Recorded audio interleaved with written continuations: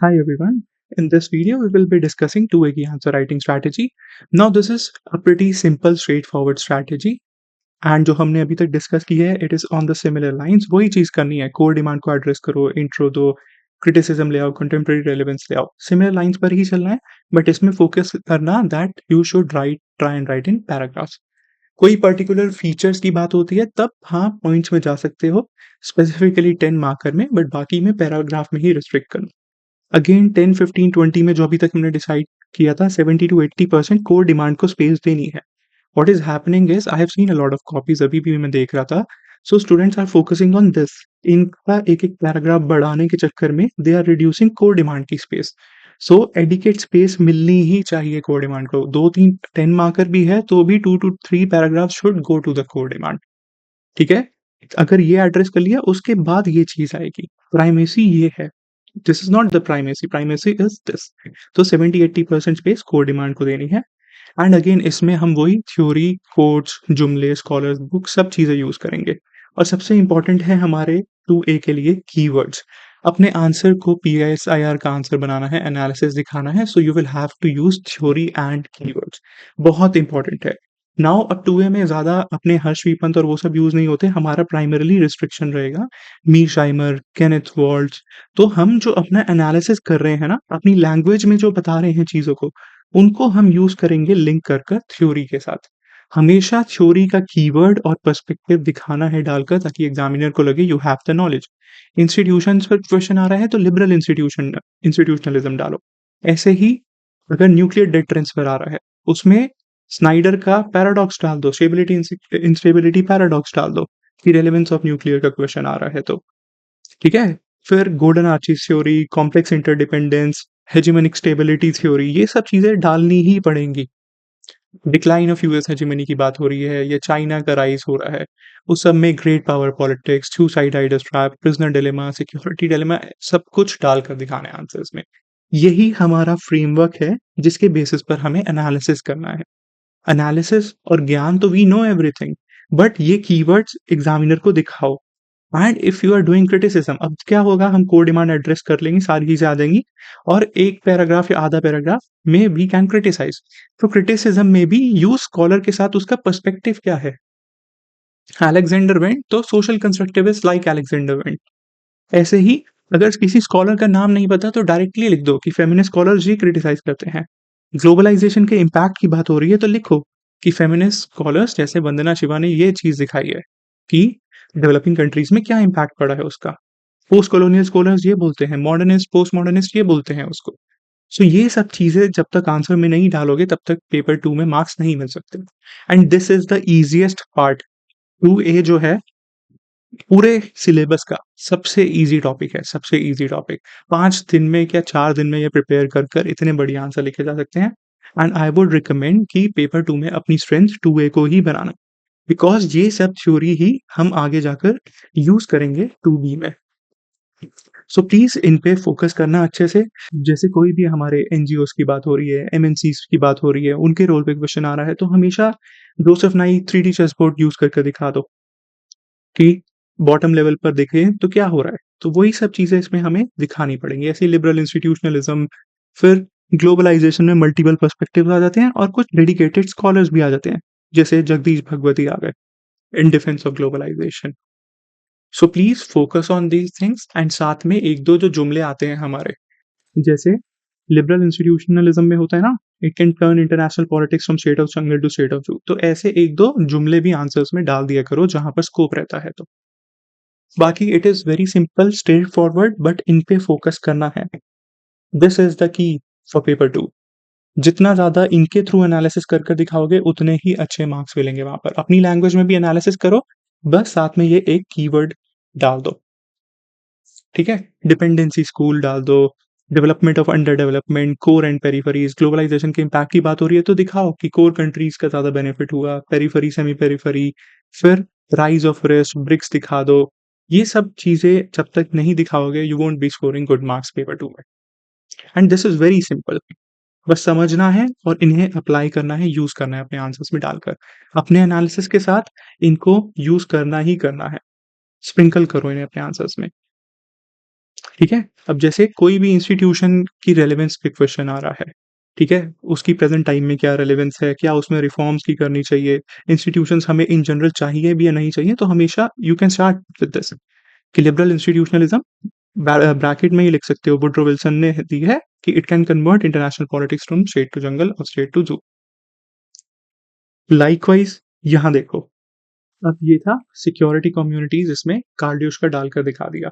ऐसे ही यहाँ पर वी वर क्रिटिसाइजिंग, क्वेश्चन था रियलिज्म की रेलेवेंस पर कुछ क्वेश्चन था एंड उसके क्रिटिसिज्म में कैसे लिखा, पोस्ट मॉडर्निस्ट पर्सपेक्टिव से दिखा दिया। फिर सोशल कंस्ट्रक्टिविस्ट पर्सपेक्टिव से दिखा दिया, लिबरल पर्सपेक्टिव से दिखा दिया। तो स्कॉलर्स का नाम भी लिखा, Woodrow Wilson, Alexander Wendt, Richard Ashley, and उनका पर्सपेक्टिव भी दिखाना जरूरी है। ये चीज देखते ही एग्जामिनर समझ जाएगा that you have the knowledge. And उसके बाद जो मोस्ट इंपॉर्टेंट चीज आती है थ्योरी के साथ, वो आते हैं हमारे एग्जाम्पल्स और current linkage. This is very important. कोई भी चीज समझा रहे हो, political parties, relevance, nature of state, changing nature of state, democracy, NGO, civil society, non state actors, सब में एग्जाम्पल्स डालो और ग्लोबल एग्जाम्पल्स चाहिए।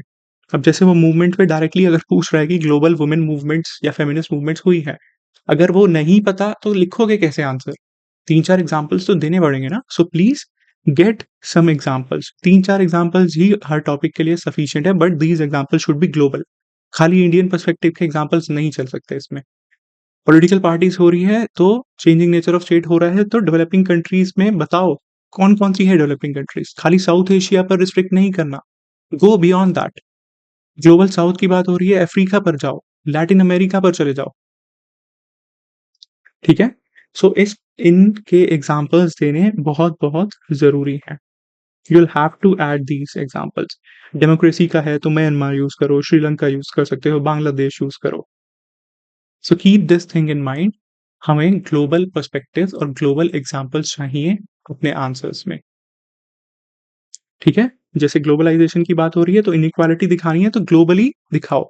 नॉट जस्ट कि इंडिया का एग्जांपल दे दिया, ग्लोबली एग्जांपल देकर बताना पड़ेगा। Understood? So keep this thing in mind. अब जैसे यहाँ पर था कि आईपीसीसी रिपोर्ट, अब मैं फैक्चुअली ये नहीं लिखूंगा कि आईपीसीसी रिपोर्ट ने बोला है कि इतने परसेंट कंट्रीज पर ये क्लाइमेट चेंज का ये इम्पैक्ट पड़ेगा।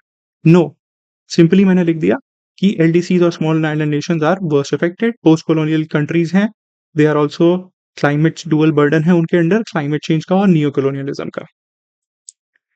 ठीक है?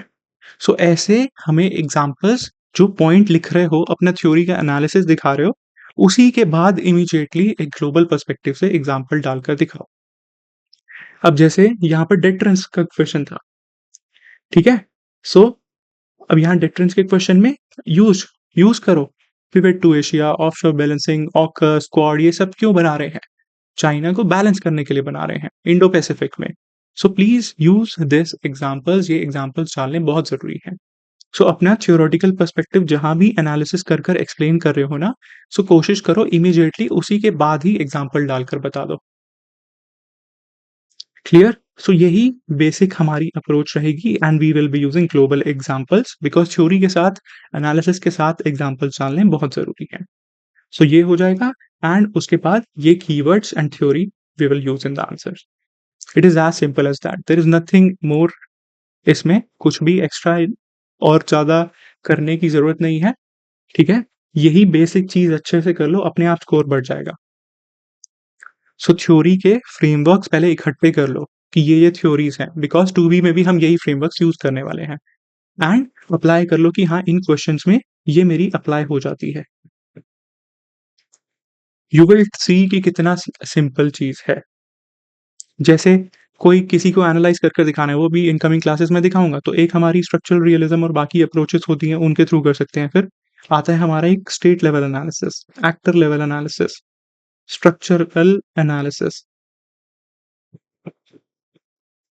अंडरस्टूड? तो ये सारे फ्रेमवर्क्स, थ्योरीज, अप्रोचेस को हम यूज करेंगे एंड कोई भी क्वेश्चन आए, अब जैसे उसने पूछ लिया था रशिया पे क्वेश्चन पूछ लिया, या यूएस हेजीमनी पे क्वेश्चन पूछ लिया, राइज ऑफ चाइना पे पूछ लिया, in everything we will be using ये सारी थ्योरीज। बिकॉज एनालिसिस देना, ज्ञान देना बहुत आसान है, बट एक फ्रेमवर्क और एक थ्योरी होनी चाहिए मेरे पास जिसके थ्रू मैं एनालिसिस करके दिखाऊंगा।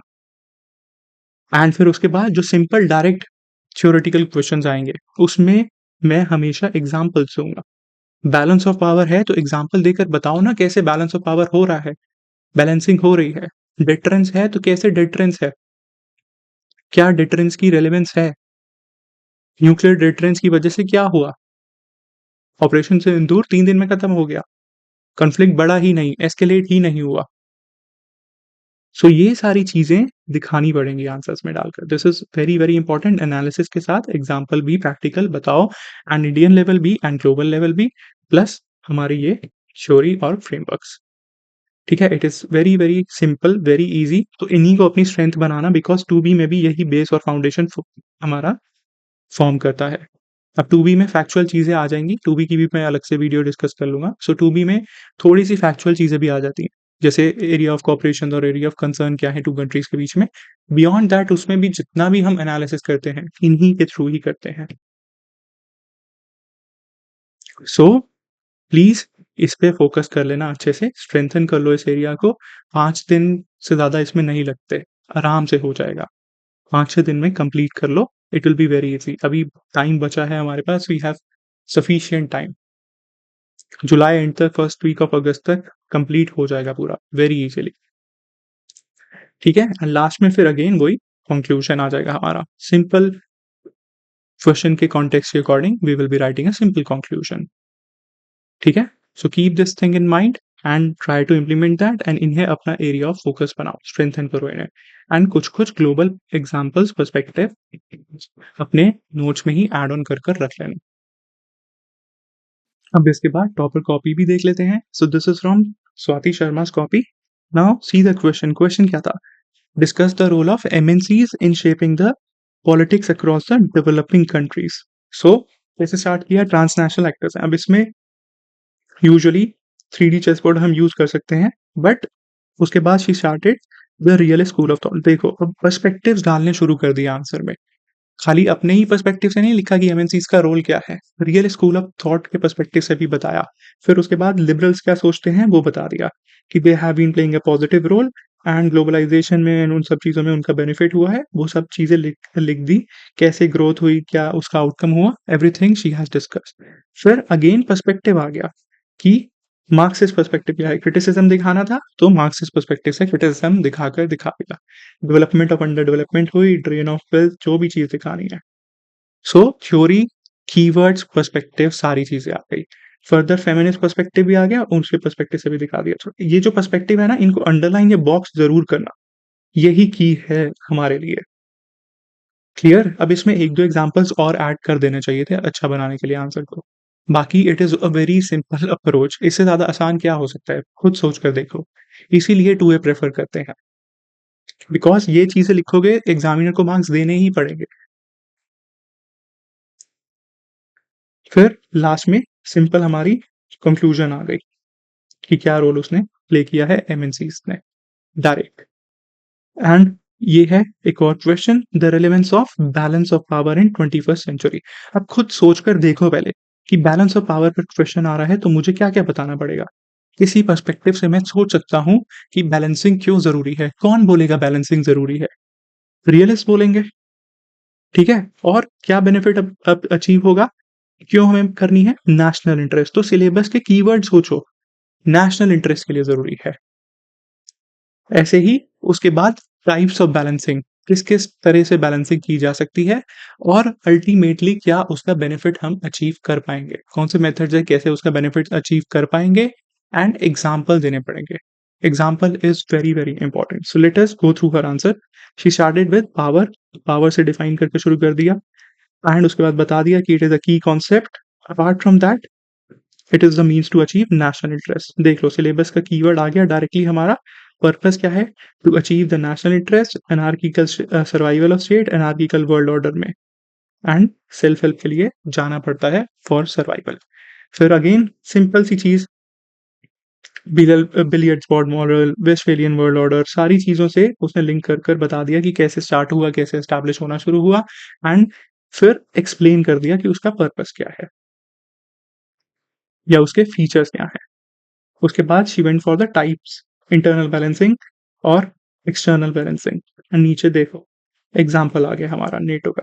यहाँ पर चाइना का, but what she is done is इनको अंडरलाइन नहीं किया। सो प्रेज़ेंटेशन में इसमें इश्यू है क्वेश्चन में, ये सब चीज़ें अंडरलाइन होनी चाहिए थी। दिखाना है ये एग्ज़ामिनर को, ये जापान लिखा हुआ है, चाइना लिखा हुआ है, सो ये सब चीज़ें दिखानी पड़ेंगी। प्लस रेलेवेंस वाले पार्ट पे थोड़ा और फ़ोकस करना चाहिए था। She is focusing more on the types, internal और एक्सटर्नल पे बता दिया, कैसे कर सकते हैं वो बता दिया। नाउ उसके बाद क्रिटिकली एग्ज़ामिन द रेलेवेंस था, ठीक है? तो रेलेवेंस एक बार हमने डिस्कस कर ली, क्या सिग्निफिकेंस है, क्या रेलेवेंस है। उसके बाद क्रिटिसिज़्म पर आ गए कि क्रिटिकली एग्ज़ामिन है, रेलेवेंट है या नहीं बैलेंसिंग, उस पे चले गए कि क्यों क्वेश्चन मार्क है उस पे। बिकॉज़ वर्ल्ड ऑर्डर, अब ये वर्ल्ड ऑर्डर जैसा कीवर्ड अगर अंडरलाइन नहीं किया तो कोई फ़ायदा नहीं है उसे लिखने का, अंडरलाइन कर दिखाओ उसे। क्योंकि world order has been transferred, cobweb है, we are living in the age of complex interdependence. It is again a very important keyword, complex interdependence. India China पर कभी भी क्वेश्चन आए, कॉम्प्लेक्स इंटरडिपेंडेंस डालना ही पड़ेगा। नॉन स्टेट एक्टर्स आ गया। तो क्या बोला था उसने? Balancing does not works against suicide bombers. So वो जुमला भी डाल सकते थे। फिर the states rely on deterrence than using balancing. Balance of power had been used for conventional weapon. Nuclear weapons के केस में बैलेंसिंग कर पाना इज डिफिकल्ट, एंड उससे क्या होगा, हमारा आर्म्स रेस हो गई। उसके बाद बता दिया कि we are focusing on threat balancing and anarchy है, तो उसका क्रिटिसिज्म दिखा दिया कि anarchy is the creation of state. और अल्टीमेटली लास्ट में बता दिया कि this is a common sense and it will remain relevance, या फिर टाइमलेस विजडम रहेगा ही। रियलिस्ट हमेशा बोलेंगे कि बैलेंसिंग हमें करने की जरूरत है। क्लियर? सो इसमें यहाँ पर हम लिबरल पर्सपेक्टिव से भी दिखा सकते थे। परपेचुअल पीस एस्टैब्लिश करना, कोऑपरेशन करना, इंस्टीट्यूशनलिज्म पे फोकस करना, फंक्शनलिज्म पर फोकस करना, वो सब चीज़ें भी इसमें ऐड ऑन किया जा सकता था। बट क्योंकि 15 मार्कर है, सो लिमिटेड स्पेस है, लिमिटेड ही लिख सकते हैं। क्लियर? सो ऐसे पर्सपेक्टिव दिखाने ज़रूरी हैं, कीवर्ड्स दिखाने ज़रूरी हैं, और ऐसे थ्योरी वाले क्वेश्चंस में हमेशा you will have to use the examples. It is very important. Plus इन सबको कीवर्ड्स को अंडरलाइन करो, दिखाओ एग्ज़ामिनर को। She has not underlined them बहुत सारे केसेस में, वो करना चाहिए। It is very beneficial. Clear? Understood? So basic हमारी यही स्ट्रैटेजी हमें फॉलो करनी है। It is very, very simple, straightforward strategy, कुछ भी नहीं है। तो इसको अपना स्ट्रेंथन कर लो, स्पेसिफिकली 2B में भी ये हेल्प करेगा हमें। And this is a very, very simple thing, and 5 दिन में हो जाएगा, 6 दिन में, उससे ज़्यादा लगेगा ही नहीं टाइम। ठीक है? So apart from this, if you face any other issue, do let me know, वो भी डिस्कस कर लेंगे। So this is it for this video. All the best, take care and study well.